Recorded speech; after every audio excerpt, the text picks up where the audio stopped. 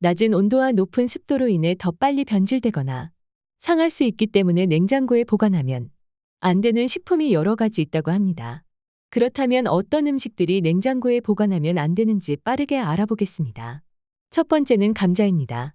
감자를 만약 냉장 보관을 하게 되면 감자의 맛과 질감에 영향을 줄 수 있는데요.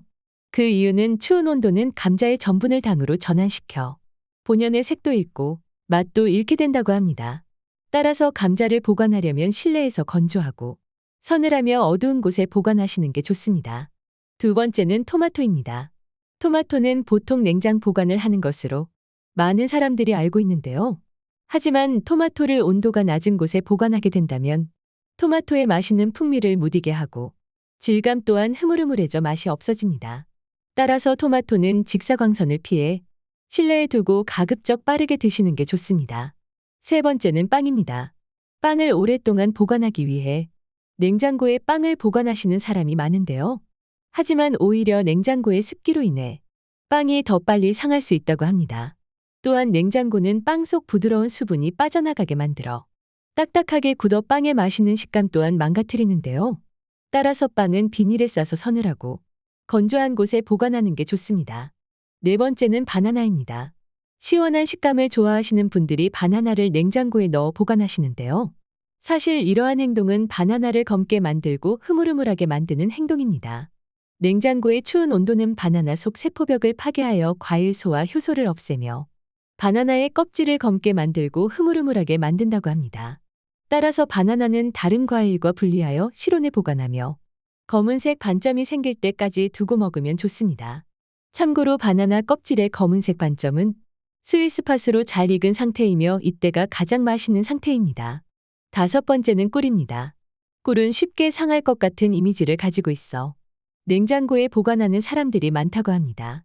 하지만 꿀을 냉장고에 보관할 경우 냉장고의 습기로 인해 꿀이 걸쭉해지고 주성분인 포도당이 설탕처럼 하얗게 굳어 결정화되어 잘 퍼지지 않을 수 있습니다. 따라서 냉장 보관보다는 실온에 보관하시는 것이 좋습니다. 여기서 모르고 하얗게 굳은 꿀이 있으신 분들은 어차피 꿀의 성분이 변하는 것은 아니기 때문에 녹인 후 실온에 보관하셔도 괜찮습니다.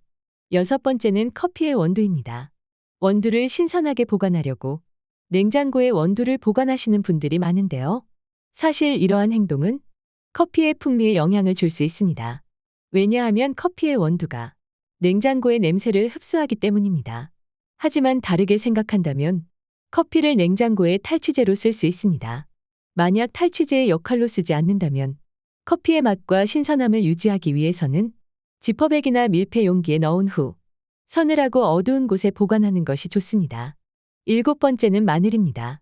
마늘은 냉장고에 있는 다른 음식의 냄새를 흡수할 수 있으며 냉장고에 두거나 비닐봉지 안에 마늘을 보관하면 곰팡이가 생길 수 있어 실온 상태에서 보관하는 것이 좋습니다.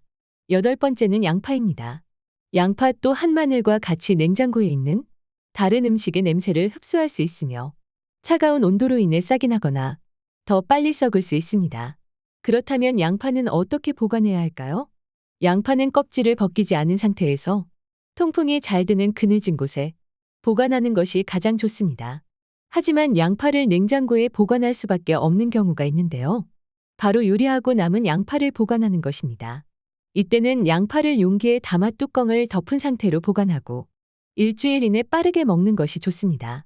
이번 영상은 여기까지입니다. 영상이 도움이 되셨다면 좋아요와 구독 부탁드리겠습니다.